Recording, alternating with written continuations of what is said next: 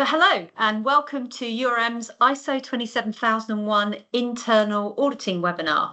My name's Lisa Dargan, I'm a director at URM and I'm joined today by Wayne Armstrong, who is one of our senior consultants and pretty much our lead on internal auditing. So we're very fortunate to have Wayne with us. And Wayne, I'll introduce you in a moment and you can say hello. So just to be clear, in terms of the agenda, quite straightforward and simple, the agenda, we're going to split this into two halves. So initially going to look at developing your audit program, what the key things you need to be thinking about, how can you build in flexibility, how do you make sure it conforms to 27001, which is the subject matter for today, and looking at relevant assessment approaches. So do you audit by control, by process, by department? So we'll be discussing that and looking at that in some detail. We're then going to move into planning audits and what planning audit entails, including suitable auditors, integration, and how you maximise efficiency. And I'm sure many of you in your organisations suffer from what seems to be a common terminology now, audit fatigue. So we'll be looking at how we minimise audit fatigue. So for those of you who aren't familiar with URM, let me just give you a very brief overview. This is our 20th year, so it's our 20th birthday in June this year. So we've got 19 years experience and we really combine and look at GRC, so governance, risk and compliance, so people process, alongside cyber skills and technical expertise to really give you a holistic end-to-end solution. We have the appropriate accreditations, as you would expect. We're also 27001 accredited, so juggle the internal audit challenges ourselves. And we have expertise from an information security perspective in ISO 27001, PCI DSS, NIST, SOC, CE, CE+. So when we talk about integrating audits, we really do understand what some of the challenges are and some of the challenges you face.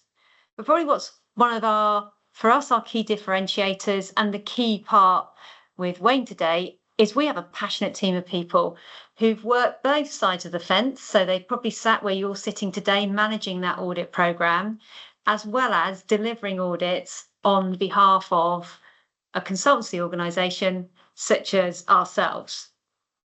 So let me just introduce you to Wayne. Wayne's been involved with information security since 2001. That's 24 years, Wayne. Goodness, you're older than URM.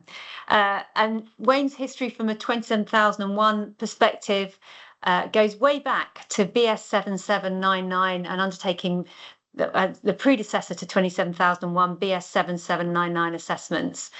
Wayne has, as well as being a senior consultant here at URM, he's been an auditor for one of the big four, and he's also been head of information security at two reasonably large organisations. He's a 27001 lead implementer and lead auditor. He's a trainer, so when it comes to knowledge transfer, he's really strong. And as well as having 27,000 experience, he's a QSA and a risk specialist. So hello, Wayne. Welcome to today's webinar. Hi, Lisa. Thanks a lot. Okay, so let's dive in then. We're going to start with developing your audit program. And Wayne, so we're all on the same page, can we just, I suppose, go back to basics?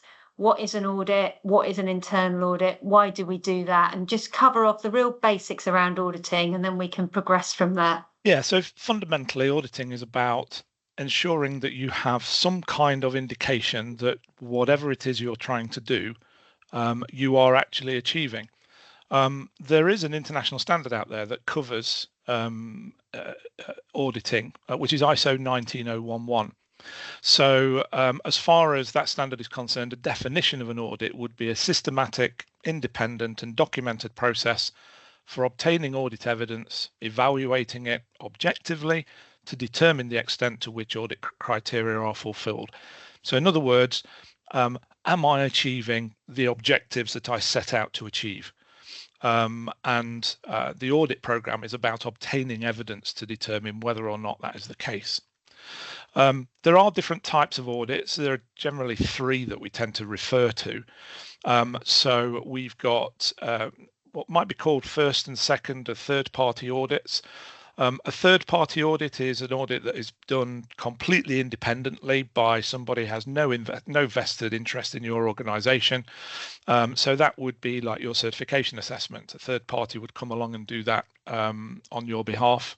A second-party audit is where customers audit their suppliers, and a first-party audit is also known as an internal audit. So this is an audit that's undertaken on your own management system by yourself to determine whether or not things are working as expected.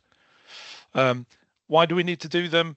Well, there may well be just a need for our senior management from a GRC point of view, sort of governance and risk and compliance, etc., to just understand what position we're in. But also, if we're, as the sort of focus of this webinar is around ISO 27001, there is a mandatory clause in clause 9.2 that talks about the fact that you need to have an audit program in place, and that audit program should undertake a determination as to whether or not you are meeting your own requirements, so the requirements of your policies, but also the requirements of the standard itself. So that's basically what an audit is, why it's required. One of the main things that you would need to ensure that you are clear on when you are determining your audit program is what you're going to include in the audit program and the exclusions, etc. And I can come on to that later if you like. That's all about audit scope.